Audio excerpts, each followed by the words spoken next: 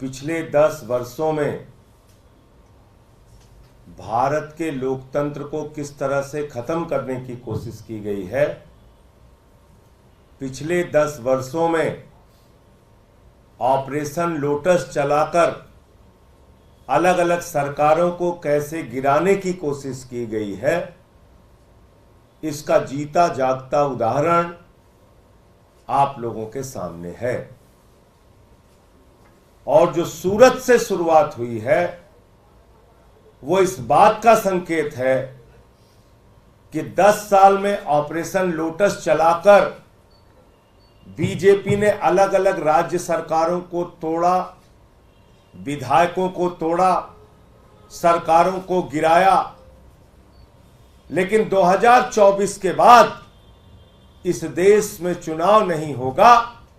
सूरत इसकी शुरुआत है। सूरत तो झांकी है, पूरा देश बाकी है। पूरे देश में भारतीय जनता पार्टी चुनाव खत्म करेगी। मैं 140 करोड़ लोगों से निवेदन करना चाहता हूं, यह आपका अंतिम चुनाव है। इसके बाद आपको वोट करने का अधिकार नहीं मिलेगा। और आपने देखा, कभी आपने नहीं सुना होगा, लोकसभा का चुनाव देश की सत्ताधारी पार्टी बगैर मतदान के जीत जाती है, बगैर वोट के जीत जाती है, बगैर चुनाव के जीत जाती है। सूरत में सारे कैंडिडेट्स का पर्चा खारिज कर दिया गया। न सिर्फ कांग्रेस का, बाकी सारे दलों का भी पर्चा खारिज कर दिया गया। बाकी निर्दलीय उम्मीदवारों का भी पर्चा खारिज कर दिया गया।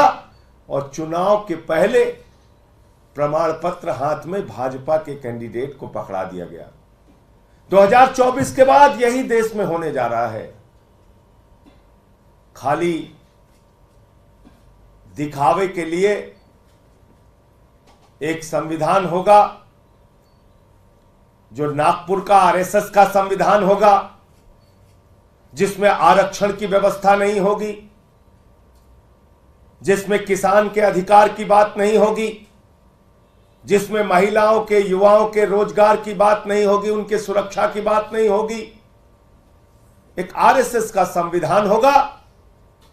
बाबा साहब डॉक्टर भीमराव अंबेडकर के द्वारा लिखे गए संविधान को खत्म किया जाएगा, आरक्षण को खत्म किया जाएगा, चुनाव को खत्म किया जाएगा। हमसे जुड़े रहने के लिए हमारे YouTube चैनल को सब्सक्राइब करें और नई वीडियो की नोटिफिकेशन के लिए बेल आइकॉन को दबाएं।